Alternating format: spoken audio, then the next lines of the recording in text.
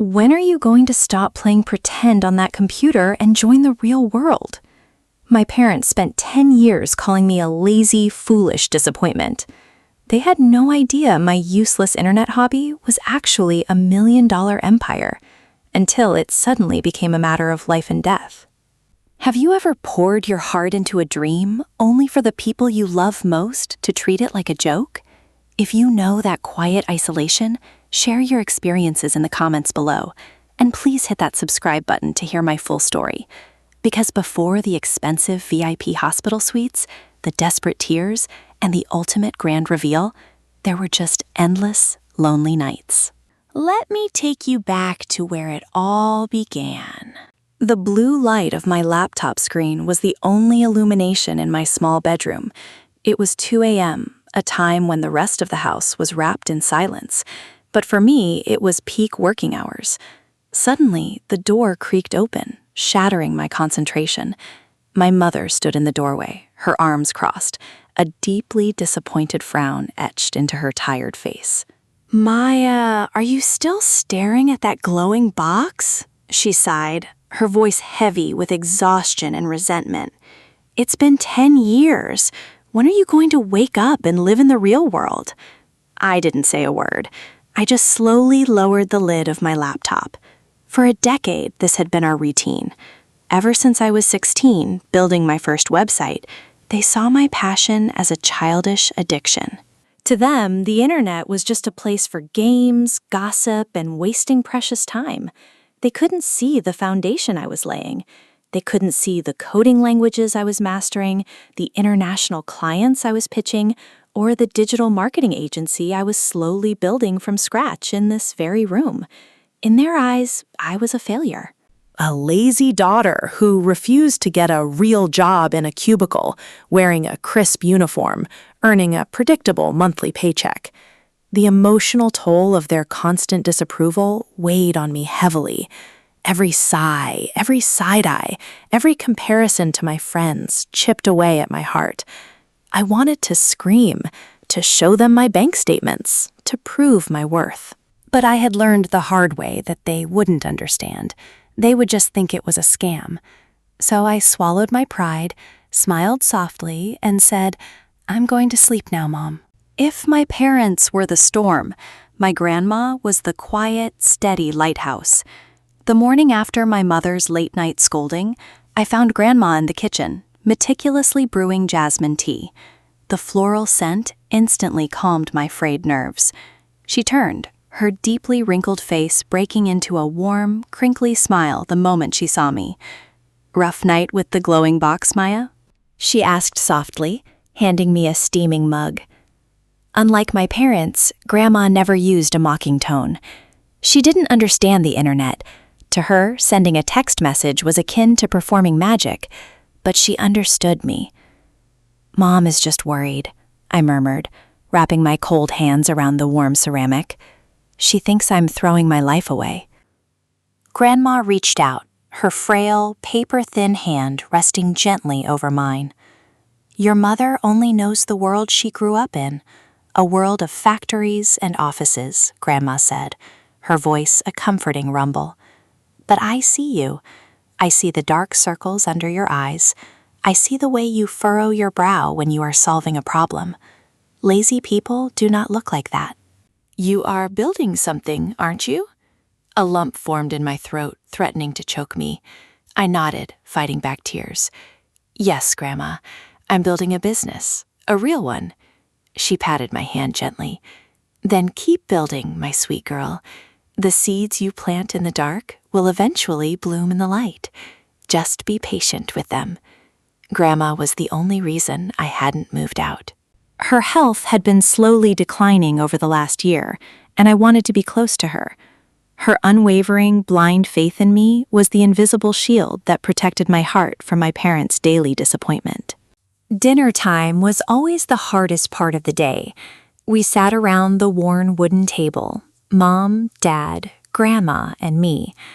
The clinking of silverware against porcelain was usually the only sound, until my father cleared his throat, the universal signal that a lecture was about to begin. I ran into Uncle Harris today, Dad announced, meticulously cutting his chicken. Senior financial analyst. She gets a company car and full health benefits. He paused, letting the weight of Sarah's traditional success hang heavily in the air. He didn't need to look at me. The implication was loud and clear. Mom chimed in, passing the rice bowl. That's wonderful. Haris must be so proud to have a daughter who is secure, not just floating around. I stared at my plate, suddenly losing my appetite. My cousin Sarah made a good living, yes, but I knew for a fact that the e-commerce brand I had launched last year generated triple her annual salary in a single quarter. I had a remote team of 20 people relying on me. I was completely financially independent, yet here I was, being treated like a helpless teenager. I'm happy for Sarah, I said quietly, forcing the words out. Dad finally looked at me, his eyes filled with a mixture of pity and frustration. Maya, you are 26. You can't hide behind your computer forever. It's time to stop playing pretend. I can ask Harris to get you an interview for a junior clerk position. It's minimum wage, but it's a start. The utter lack of respect stung worse than a slap. I looked at Grandma, who gave me a subtle, reassuring nod. Thank you, Dad, I whispered, but I'm doing just fine. Retreating to my room after dinner felt like stepping into an alternate universe. Outside the store, I was Maya, the family disappointment. Inside, I was the CEO of a thriving digital enterprise. I sat down at my desk, opened my laptop, and instantly the world changed. My screen lit up with notifications, a supplier from overseas confirming a massive bulk shipment. My lead designer sending over the final mock-ups for our new ad campaign. A notification from the bank confirming a 6-figure deposit from a major corporate client we had just secured. I exhaled deeply, the tension from the dining table slowly melting away. This was my sanctuary. I had spent 10 agonizing years teaching myself coding, digital marketing, graphic design, and business management through free tutorials and sheer willpower. I had failed dozens of times. I had lost money, lost sleep, and cried myself to exhaustion, but I never quit. Now I had a diverse investment portfolio, a booming agency, and a quiet, secure life that my parents simply couldn't comprehend. I looked at the framed photo of Grandma on my desk. I was saving up for something big, a beautiful house in the suburbs where Grandma could have a garden of her own, away from the cramped city air. I wanted to surprise them all. I wanted to hand my parents the keys and finally say, this is what the internet bought. This is what I was doing. But I was waiting for the right moment. I wanted the business to be perfectly stable before I revealed my secret. I didn't want them to worry about the risks of entrepreneurship. I just wanted them to be proud. Little did I know, the universe was about to force my hand. It was a Tuesday afternoon when the fragile peace of our household shattered. I was in the middle of a crucial video call with a prospective client in Europe, my headset on, speaking in a hushed but professional tone. My bedroom door suddenly burst open. It was Mom. She didn't care that I held up a finger, silently begging for a moment. She marched in, slamming a piece of paper onto my keyboard. "I'm done watching you waste away," she shouted, her voice trembling with anger. "I filled out this application for the local supermarket cashier position. You have an interview tomorrow at 8 a.m. You are going, Maya." The client on my screen raised an eyebrow, clearly having heard the commotion. Panic flared in my chest. I quickly muted my microphone and turned off my camera. "Mom, please." "I'm in a meeting," I hissed, trying to manage the crisis. "A meeting?" she scoffed, tears welling in her eyes. "With who? Your imaginary internet friends? Maya, please, I am begging you to join the real world. Your father and I can't sleep at night worrying about what will happen to you when we are gone." The raw desperation in her voice broke my heart. She wasn't being malicious. She was genuinely terrified for my future. She loved me, but her love was suffocating, wrapped in a blanket of complete misunderstanding. I looked at the crumpled supermarket application on my expensive mechanical keyboard. The contrast was almost comical, but the pain in my chest was unbearable. I opened my mouth to tell her the truth, to finally explain everything, when a loud, terrifying crash echoed from the kitchen downstairs. Mom and I froze. Then Dad's panicked voice screamed, "Mom, call an ambulance! Grandma!" I didn't even realize I had dropped my headset. My feet moved on their own, carrying me down the narrow staircase faster than I had ever run in my life. I reached the kitchen to find my father on his knees, his hands hovering helplessly over Grandma. She lay on the linoleum floor, her eyes closed, her breathing shallow and ragged. A shattered porcelain teacup lay scattered around her, but there was no blood, just the terrifying stillness of the woman who had always been my anchor. "Mom, wake up, Mom," Dad pleaded, his voice cracking into a sob I had never heard before. My mother was frozen in the doorway, her hands covering her mouth, paralyzed by shock. I pushed past my own terror and grabbed my phone. Within seconds, I was speaking to the emergency dispatcher, my voice surprisingly steady despite the violent trembling of my hands. The next 15 minutes were a blur of flashing red lights and deafening sirens. I rode in the back of the ambulance, holding Grandma's fragile, icy hand. My parents followed closely behind in our old sedan. Looking at Grandma's pale face beneath the harsh fluorescent lights of the ambulance, my heart hammered against my ribs. I silently prayed, begging the universe not to take her. She was the only one who believed in me. She hadn't even seen the garden I promised to buy her. She couldn't leave me yet. I squeezed her hand, whispering promises she couldn't hear. The hospital waiting room was a sterile, unforgiving place. The harsh lighting and the scent of antiseptic only amplified our anxiety. We sat on the hard plastic chairs in absolute silence. My father had his head buried in his hands, silently weeping. My mother sat beside him, staring blankly at the wall, her previous anger at me completely forgotten in the wake of this sudden tragedy. For 2 agonizing hours we waited. Every time a nurse or doctor walked through the swinging double doors, we jumped, desperate for news. The emotional distance that had separated my parents and me for the past decade felt completely irrelevant now. In this cold room, we were just a terrified family, terrified of losing our matriarch. Finally, a doctor in pale green scrubs approached us. He looked exhausted, holding a clipboard that felt like an executioner's block. My parents practically leaped to their feet. I stood up slowly, bracing myself for the worst. "Are you the family of Ibu Amina?" he asked gently. "Yes, that's my mother," Dad choked out. "How is she? Please tell me she's okay." The doctor sighed, a sympathetic look in his eyes. "She has suffered a severe cardiac event. One of her main arteries is critically blocked. She is stabilized for now, but she requires an emergency bypass surgery immediately to survive. Given her age, it's a high-risk procedure, and we need our best cardiovascular surgeon to perform it." My mother gasped, clutching Dad's arm for support. "Then do it. Please, doctor, do the surgery right away." The doctor hesitated, looking down at his clipboard. "I need to be transparent with you.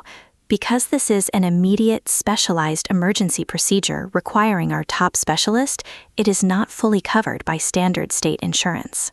The cost for the surgery, the specialist's fee, and the required post-operative intensive care unit will be substantial.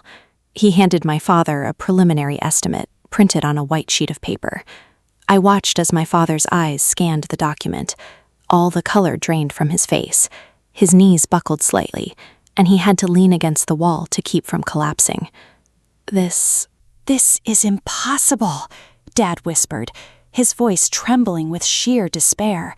"This is more than my entire retirement savings. This is more than the house is worth."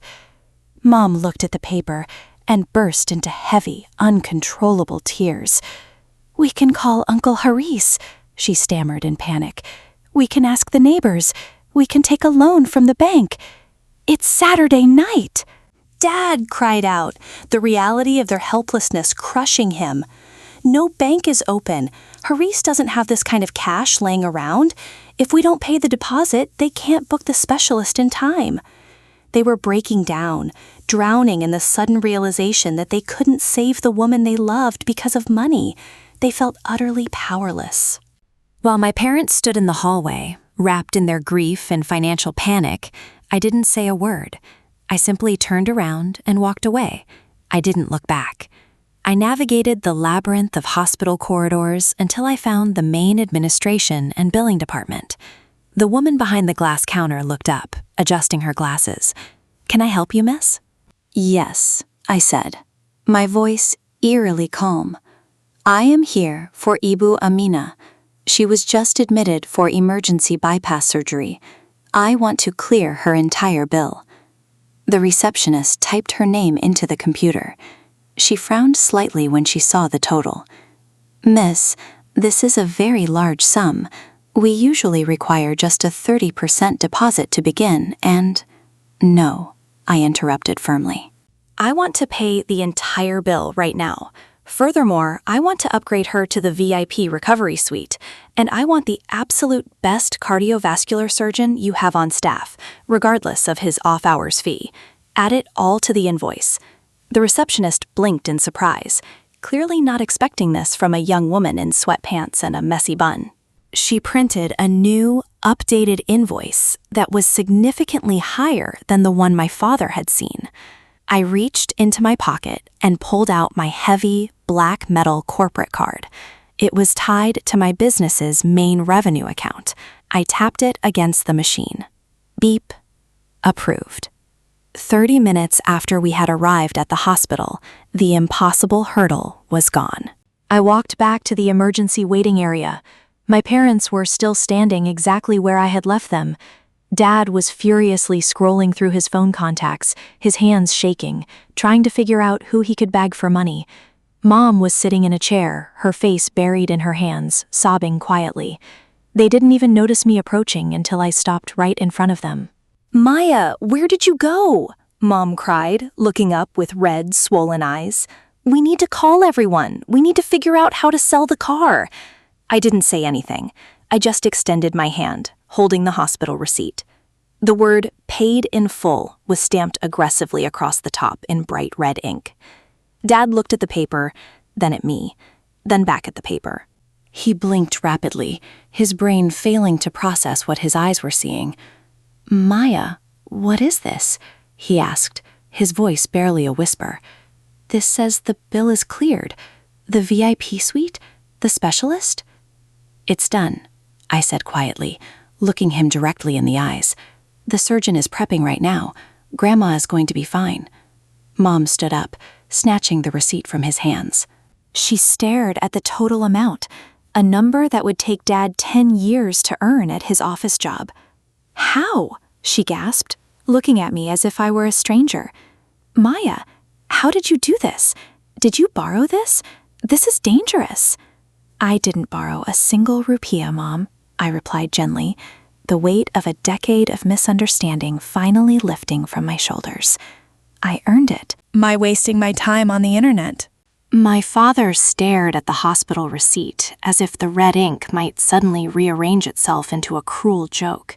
His hands trembled slightly, the paper rustling in the quiet waiting area. He looked up at me, his eyes wide with a frantic mixture of hope and deep suspicion. "Maya, please," Dad whispered, glancing around nervously, as if the police were about to jump out from behind the potted plants. "Please tell me the truth. Are you doing something illegal? Are you involved in one of those online hacking syndicates? Is this stolen money?" I let out a long, heavy sigh, the exhaustion of the past 10 years washing over me all at once. "No, Dad, it's entirely legal. It's a registered corporation. Do you remember the video call Mom interrupted this afternoon? The one I begged her to be quiet for? That was the chief marketing officer of a major tech firm in Germany. I am the CEO of a digital marketing and development agency." My mother dropped her hands from her face, her jaw going slack. "The supermarket application?" she murmured, her voice barely audible. I yelled at you to work at a cash register while you were talking to a company in Europe? Yes, Mom, I replied softly, feeling no desire to be vindictive, only an overwhelming sense of relief that the secret was finally out. I build e-commerce infrastructure. I run global advertising campaigns. I manage a remote team of 20 incredibly talented people. That glowing box you both hate so much, it didn't just ruin my eyesight. It built a multi-million rupee company right under your roof. I paid for Grandma's surgery using my corporate account. The money is clean, and the bills are handled. The agonizing wait for the surgery to conclude stretched out over the next 4 hours. We sat together in the quiet waiting room, but the dynamic had fundamentally shifted. For the first time in my adult life, I wasn't shrinking into the hard plastic chair, trying to make myself invisible to avoid their judgmental glares. My father couldn't stop looking at me. Every few minutes, his gaze would drift from the clock on the wall over to where I sat answering urgent emails on my phone to reschedule my interrupted meetings. He was finally watching me work. Mom slid over to the empty seat beside me. She looked incredibly small, the fierce, scalding matriarch completely replaced by a guilt-ridden mother. "All those nights," she began, her voice trembling with unshed tears. "All those times you stayed up until dawn. You weren't playing useless games?"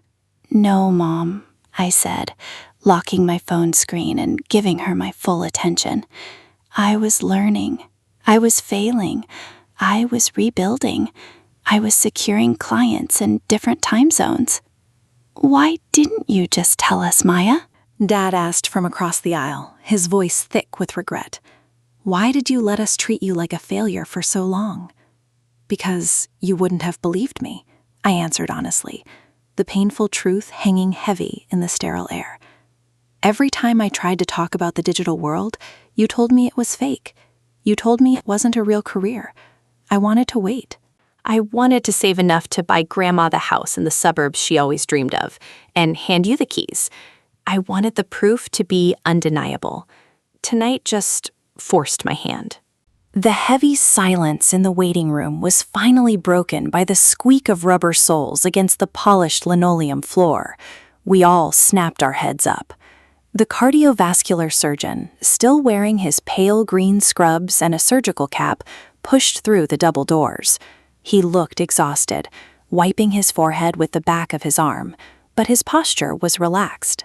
My father leaped to his feet, unable to speak, his chest heaving with anticipation. Mom grabbed my hand, squeezing it so tightly her fingernails dug into my skin. The surgeon offered a warm, reassuring smile.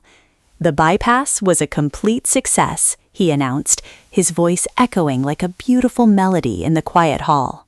It was a very close call, but because we were able to get her into the operating theater immediately, we avoided any permanent heart muscle damage. She is strong. She's going to make a full recovery. My mother collapsed against my shoulder, sobbing uncontrollably into my sweatshirt, her tears soaking through the fabric. Dad dropped to his knees, burying his face in his hands as he wept loudly, thanking God over and over again. I stood frozen, the massive knot of terror that had been suffocating my chest for the last 5 hours finally dissolving. I closed my eyes and breathed. Dad slowly stood up and walked over to me. He didn't offer a stern lecture or a disappointed sigh.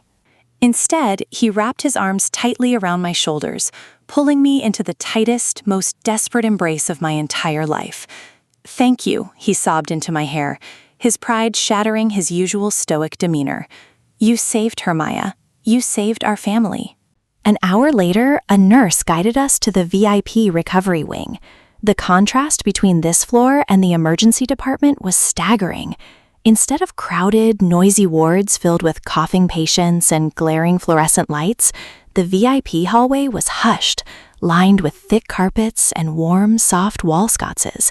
It felt more like a 5-star hotel than a hospital. The nurse opened the heavy wooden door to Grandma's suite. My parents gasped, The room was massive, featuring a private ensuite bathroom, a comfortable sitting area with leather sofas, and a large window overlooking the glowing city skyline. In the center of the room, resting in a state-of-the-art mechanical bed, was Grandma. She looked small and frail amidst the crisp, high-thread count white sheets, surrounded by softly beeping monitors, but the terrifying pallor from the kitchen floor was gone. Her chest rose and fell in a steady, peaceful rhythm.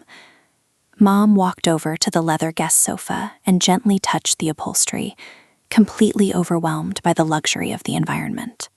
I have never been in a hospital room like this, she whispered in awe. It must cost a fortune. I pulled a padded chair right up to the edge of Grandma's bed and gently took her warm, sleeping hand in mine. She deserves the absolute best, I said quietly, looking at my parents. She was the only person in this family who believed my dreams were real. I will spare no expense to make sure she is comfortable. My father stood by the door, staring at the floor. The shame in his posture was evident. He was finally realizing the immense weight of the financial and emotional safety net I had built completely alone. We sat in the quiet luxury of the VIP suite for another hour before the rhythmic beeping of the monitor slightly increased its pace. Grandma shifted in the bed, letting out a soft, dry groan. Her eyelids fluttered, struggling against the heavy anesthesia, before finally opening halfway. Her hazy gaze drifted around the room, taking in the elegant lighting, the large television screen, and the fresh flowers I had ordered to the room. Finally, her eyes settled on me. "My sweet girl," she rasped, her voice incredibly weak, but filled with immense warmth. "I'm right here, Grandma," I whispered, leaning in and kissing her knuckles. "You're safe. The surgery went perfectly." Grandma blinked slowly, looking around the lavish room once more. "Am I in heaven?" she asked, a tiny hint of her usual humor peeking through. I let out a wet, tearful laugh. "No, Grandma, you're in the VIP suite, courtesy of the glowing box you always ask me about." A faint, crinkly smile touched the corners of her lips. She weakly turned her head to look at my parents, who were standing at the foot of the bed, tears streaming down their faces. "I told you," she whispered to them, her voice barely a breath. "I told you she was planting seeds in the dark." Mom broke down entirely. She rushed to my side of the bed, dropping to her knees on the soft carpet. She wrapped one arm around Grandma's leg and took my free hand, pressing it against her wet cheek. "You did, Mom," she cried, looking up at me with profound sorrow and newfound immense respect. "You were right. Maya, I am so sorry. We were so wrong about you." The soft, golden rays of the morning sun filtered through the sheer curtains of the VIP suite, casting a warm glow over the quiet room. I hadn't slept a wink, keeping a silent vigil beside Grandma's bed. My parents had eventually drifted off on the comfortable leather sofas, physically exhausted by the emotional whiplash of the previous night. As the city below began to wake up with distant traffic, I heard the rustle of fabric behind me. Dad was sitting up, rubbing his eyes. He looked at Grandma, ensuring the monitor still displayed that beautiful, steady green line, before his gaze shifted to me. He stood up slowly, smoothing the wrinkles in his shirt, and walked over to my side. He didn't have his usual imposing posture. His shoulders were slumped, not with defeat, but with a profound humility I had never witnessed before. "You stayed awake all night?" Dad whispered, pulling up a chair beside me. "I'm used to it," I replied softly, offering a small, reassuring smile. "European client time zones, remember?" He chuckled nervously, looking down at his hands. "Maya, I spent the last 10 years demanding you step into the real world. I thought I was protecting you from a harsh reality. But sitting here, looking at this room, looking at your grandmother, I realize I was the one living in a bubble. I was so terrified of what I didn't understand that I completely missed the incredible woman my daughter was becoming. He reached out, placing his large, calloused hand over mine. Can you show me? I want to understand what you do. I want to see this world you built. I pulled my laptop from my backpack, resting it on my knees. Opening the lid, the familiar blue light illuminated my face. But this time, I didn't have to hide it or brace for a lecture. Dad leaned in close, genuinely eager to look at the screen he had despised for a decade. Mom, having woken up, quietly brought us cups of coffee from the suite's espresso machine and stood behind us, watching over our shoulders. I logged into my agency's main dashboard. This is the central hub, I explained, pointing to a series of colorful graphs moving steadily upward. These numbers represent the traffic and sales for our clients' e-commerce stores over the last 30 days. And this, I clicked to another tab, showing a lively chat interface, is my team. We use this to communicate. Messages were rolling in. Good morning, Maya. Campaign launched successfully. Read a message from my lead developer in Jakarta. Client approved the new budget, chimed in my project manager in Bali. My mother stared at the screen, her eyes wide. All these people, they work for you? Yes, Mom. I manage their payroll, their projects, and their creative direction. I clicked on my primary corporate banking portal. The screen loaded, displaying a balance that made my father sharply inhale. Maya, Dad breathed out, taking off his glasses to rub his eyes. This is a real corporation. You built an entire empire from that little desk in your bedroom. It took thousands of hours of failing, Dad, I said honestly, but I never gave up. I knew this was the future. I am so incredibly proud of you, he whispered, his voice cracking with emotion. By midday, the hospital room had settled into a comfortable, peaceful rhythm. Grandma was sleeping soundly, recovering her strength under the watchful eye of the finest medical staff in the city. Just as I was about to order lunch for my parents, a heavy knock echoed at the suite door. Dad opened it to reveal Uncle Harris. He stood in the hallway, holding a modest fruit basket, wearing an expression of deep concern, mixed with a hint of his usual patronizing pride. I came as soon as I heard, Uncle Harris announced, stepping into the room. But as he crossed the threshold, his sentence abruptly died in his throat. He stopped dead in his tracks, looking around the massive VIP suite, his eyes taking in the plush carpets, the private sitting area, and the panoramic city view. What is this? Harris stammered, looking completely bewildered. I thought you said she had an emergency bypass. They put you in the VIP wing? Do you have any idea how much this costs per night? He turned to my father, a look of sheer panic on his face. Are you out of your mind? You can't afford this. Even with Sarah's new promotion, I wouldn't dream of booking a room like this. Did you take out a loan from a loan shark? This will ruin you. My father stood tall. The shame and insecurity that used to plague him whenever Uncle Harris bragged about Sarah were completely gone. He didn't look defeated. He looked like a man who had just discovered his greatest treasure. We didn't take out a loan, Horace, Dad said calmly, his voice steady and full of quiet authority. Uncle Harris frowned, clutching his fruit basket tightly against his chest. Then how? Did the hospital make a mistake? I'm telling you, this wing is for politicians and CEOs. You need to speak to billing immediately before they bankrupt you. Dad smiled softly and gestured toward me. I was sitting by the window, quietly typing on my laptop. There was no mistake, Dad said, his chest swelling with undeniable pride. The medical bills, the emergency surgery, the cardiovascular specialist, and this VIP suite have all been paid in full by my daughter. Uncle Harris slowly turned his head to look at me. His jaw dropped slightly. Maya? But Maya doesn't even have a job. She just plays on her computer. Maya is the CEO of a highly successful digital marketing agency, Mom interjected, stepping forward to stand beside Dad. Her voice was fiercely protective. She runs an international business. She saved my mother's life last night without a second thought.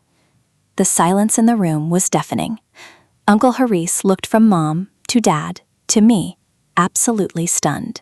The narrative he had held on to for years, that his daughter was the success and I was the lazy failure, was completely shattered in an instant. I closed my laptop and offered him a polite, genuine smile. "Thank you for the fruit basket, Uncle Haris. Grandma will really appreciate it when she wakes up. Would you like some coffee?" I didn't need to rub it in his face. I didn't need to brag about my income or my client list. The ultimate victory wasn't in humiliating him. It was in the unwavering, proud smiles on my parents' faces as they defended my honor. After Uncle Harris left, still in a state of quiet shock, the atmosphere in the room felt lighter than ever. The heavy burden of comparison and expectation had finally evaporated. I walked over to the leather sofa and sat between my parents. "Since all my secrets are out in the open," I said, pulling up a digital file on my tablet, "there's one more thing I need to show you." I opened a 3D architectural rendering. It showed a beautiful, single-story house with wide, accessible hallways, a spacious, modern kitchen, and a magnificent backyard garden filled with blooming jasmine and orchids.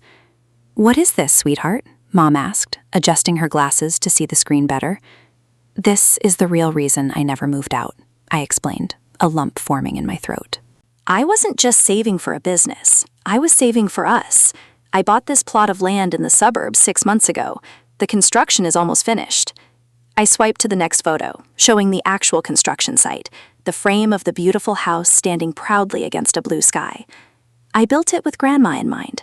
No stairs, fresh air, and a garden just for her. But it's for all of us. "I want you both to retire early. I want you to stop worrying about money and just enjoy life." Dad broke down, pulling me into a tight, shaking hug, burying his face in my shoulder. Mom joined the embrace, her tears soaking my shirt once again. For 10 years, they thought I was wasting my life. In reality, I had been building a fortress for our family, brick by digital brick. The next few days in the hospital passed in a blur of soft lights, hushed conversations, and profound healing. Grandma's strength returned much faster than any of the doctors had anticipated. The VIP suite felt less like a medical facility and more like a sanctuary where our family was slowly being stitched back together. When she was finally able to sit up independently and enjoy a warm bowl of porridge, I decided it was time to share the ultimate surprise with her, too. I sat on the edge of her pristine white bed and opened my tablet, swiping to the high-resolution architectural photos of the suburban house. "What are you showing me, Maya?" she asked, adjusting her reading glasses. I zoomed in on the rendering of the lush backyard. "This is your new home, Grandma. I bought a house for us." She stared at the glowing screen, her wrinkled, trembling fingers gently tracing the digital blooming jasmine on the glass. Heavy tears welled in her kind eyes, spilling over her cheeks. "You built this?" she whispered, her voice cracking. "With your glowing box?" I nodded, fighting back my own overwhelming wave of tears. "I promised myself I would give you the garden you always wanted, the peaceful life you deserved." She pulled me down into a gentle, enduring hug, kissing my forehead. "I never needed a garden to be proud of you, my sweet girl," she murmured into my ear. "I was proud of you when you were just planting the seeds in the dark." My parents watched from the leather sofa, their faces softening with deep, newfound peace. The hospital room had miraculously transformed into the birthplace of our family's long-awaited new beginning. While Grandma remained in the VIP suite for her final week of observation, Mom and I returned to our cramped old house to begin the packing process. Stepping into my small, dimly lit bedroom felt completely different now. The walls that used to feel like a suffocating prison of misunderstanding now felt like a triumphant monument to my resilience. As I started unplugging my dual monitors and organizing my intricate web of cables, Mom quietly entered the room carrying a stack of empty cardboard boxes. She didn't sigh in annoyance. She didn't roll her eyes at my equipment. Instead, she gently picked up one of my heavy external hard drives, holding it delicately as if it were made of fragile glass. "Is this important for your business, sweetheart?" she asked softly, her eyes full of genuine curiosity. "Yes, Mom," I smiled, pausing my work. "That drive holds all my international client backups and secure data." She carefully wrapped it in thick bubble wrap and placed it securely in the box. "I want to apologize again, Maya," she said, refusing to look up, her voice thick with heavy emotion and lingering guilt. "For every time I blindly interrupted your meetings, for every time I cruelly told you to get a real job." I walked over, moving the boxes aside, and hugged her tight. "Mom, you were just trying to protect me. You loved me the only way you knew how, in the world you understood. But now we can learn a new way together." She squeezed me back fiercely, hot tears dampening my shoulder. For the first time in my entire life, my mother wasn't just my strict parent. She was my absolute greatest supporter. 2 weeks after the terrifying collapse in our old kitchen, the highly anticipated day finally arrived for Grandma's official discharge. She was dressed beautifully in her favorite floral blouse, sitting comfortably in a padded wheelchair provided by the hospital. Her cheeks were flushed with returning health, a stark contrast to the pale fragility that had terrified us. As we made our way down to the lavish administrative lobby, the same receptionist who had processed my emergency payment stood up behind the polished glass counter. She offered a remarkably warm, professional smile. "Everything is perfectly cleared, Miss Maya. Your grandmother's rapid recovery is truly a wonderful blessing." Dad walked confidently over to the desk, standing tall and proud beside me. In the past, dealing with medical bills and hospital administrators had always been a source of immense anxiety and crushing inadequacy for him. Today, he simply nodded, carrying our overnight bags with relaxed, burden-free shoulders. The financial terror that had haunted his entire adult life had been permanently erased by my digital empire. As we walked out through the automatic sliding doors, the bright, golden afternoon sun washed over us. The warm breeze felt like a tangible, physical manifestation of our newfound freedom. I carefully helped Grandma into the comfortable, spacious back seat of the luxury SUV I had purchased specifically for her comfort, ensuring her seatbelt rested gently across her chest. Dad took the front passenger seat with a wide grin, while Mom sat in the back, lovingly holding Grandma's hand. I slid into the driver's seat, firmly gripping the leather steering wheel. We weren't driving back to the noisy, cramped city streets. We were finally going home. The drive out of the bustling, congested city center was surprisingly peaceful. As we deliberately left behind the towering concrete skyscrapers, the chaotic, heavy traffic, and the suffocating urban smog, the scenery around us slowly began to transform. The dense gray urban sprawl gradually gave way to wide, beautifully tree-lined avenues and spacious, quiet suburban neighborhoods. Grandma looked out the tinted window, utterly mesmerized by the passing greenery and open skies. "It is so incredibly quiet out here," she murmured, a gentle, contented smile gracing her lips. "I haven't heard a single blaring siren or a loud motorcycle exhaust in miles." Dad looked back at her from the front passenger seat, his eyes shining with unshed tears of gratitude. "This is where we belong now, Mom. This is our new life, thanks to Maya." Hearing my stubborn father say those words, openly acknowledging my hard work out loud, without a single trace of resentment or hesitation, healed a deep, silent wound in my heart that I hadn't realized was still bleeding. I carefully navigated the smooth SUV through the secure gates of a beautiful, exclusive community. The spotless streets were neatly lined with blooming bougainvillea and tall, swaying palm trees. The car's air conditioning hummed softly, a stark, luxurious contrast to the stifling, inescapable heat of our old neighborhood. My parents were completely silent, awestruck, taking in the manicured green lawns and peaceful community parks as we drove deeper into the complex. The profound realization that they never had to worry about rising rent, unsafe streets, or noisy, intrusive neighbors ever again was visibly settling over them like a warm, protective blanket. I gently turned the steering wheel, slowly pulling into a wide, beautifully paved driveway. I smoothly parked the SUV and turned off the quiet engine. Directly in front of us stood a gorgeous, sprawling single-story house, exactly mirroring the digital 3D rendering I had shown them back in the hospital suite. The elegant exterior was painted a crisp, pristine white, featuring massive, energy-efficient windows designed to let in abundant natural sunlight. But the true, breathtaking masterpiece of the property was the expansive front yard.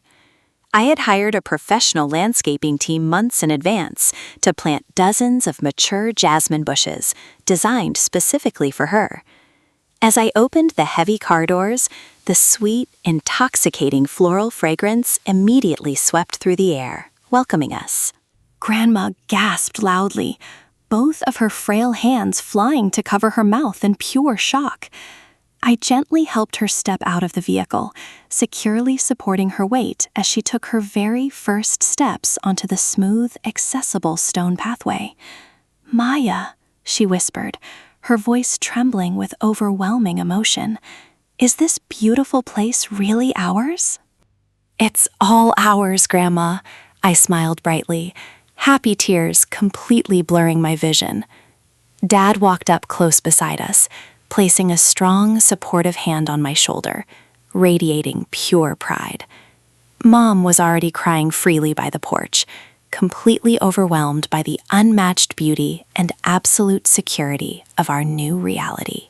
Grandma reached out with a shaky hand, gently touching a perfectly blooming white jasmine flower with her fragile fingertips. She closed her eyes, inhaling the sweet, familiar scent deeply into her healing lungs. She turned to me, her signature crinkly smile radiating pure, unadulterated joy. "You did it, my sweet girl," she beamed. "Your seeds finally bloomed." We stood together in the fragrant driveway, eternally united, ready to begin. I guided my awe-struck family through the massive, custom-built oak double doors.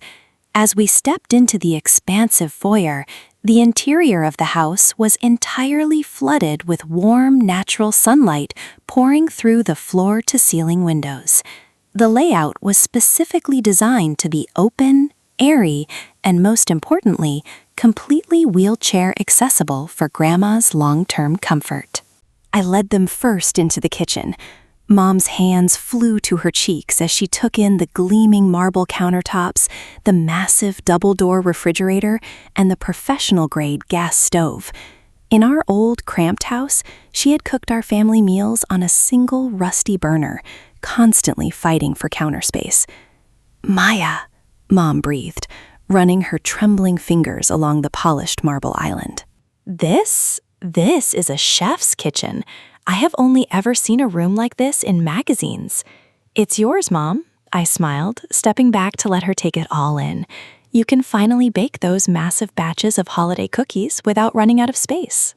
Next, I showed Dad the spacious living room, pointing out the comfortable leather recliner positioned perfectly in front of a massive flat-screen television and a bookshelf I had pre-filled with his favorite historical biographies.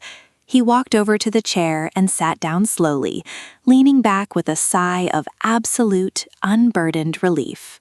The crushing weight of providing for the family, of constantly worrying about the next electric bill or a sudden medical emergency, visibly melted away from his tired shoulders. He looked across the room at me, his eyes shining with unshed tears of gratitude. "I never thought I would get to rest like this," he whispered. "You gave us paradise, sweetheart." The next morning, it was time to unpack my business equipment and establish my new workspace. In our old house, my setup was crammed into the dark corner of my tiny bedroom, a constant source of friction. Here, I had designed a dedicated, soundproof home office featuring massive windows that perfectly overlooked Grandma's blooming jasmine garden. As I began unboxing my heavy dual monitors, the door gently opened. Dad walked in, rolling up his sleeves with a determined look on his face. Behind him, Mom carried a tray holding a steaming mug of premium coffee and a plate of freshly cut fruit. "Let me help you lift those, Maya," Dad insisted, carefully taking the heavy glass screens from my hands and setting them gently onto the massive mahogany desk. "You shouldn't strain your back. We need our CEO in top shape." I stood there, momentarily stunned by the complete reversal of our reality. My father, who had spent 10 years scoffing at my glowing boxes, was now meticulously organizing my display cables with utmost care. Mom placed the coffee tray on a side table, making sure she didn't accidentally bump into my expensive mechanical keyboard. "We want to make sure your command center is perfect," Mom smiled warmly, dusting off the edge of the desk. "Without this room, we wouldn't have this beautiful house. Take all the time you need for your European meetings today. We will keep the house quiet." Watching them respect my workspace, actively supporting the very career they used to despise, healed the last remaining fragments of my childhood resentment. I sat in my plush, ergonomic chair, turned on my glowing screens, and felt truly, deeply supported for the very first time.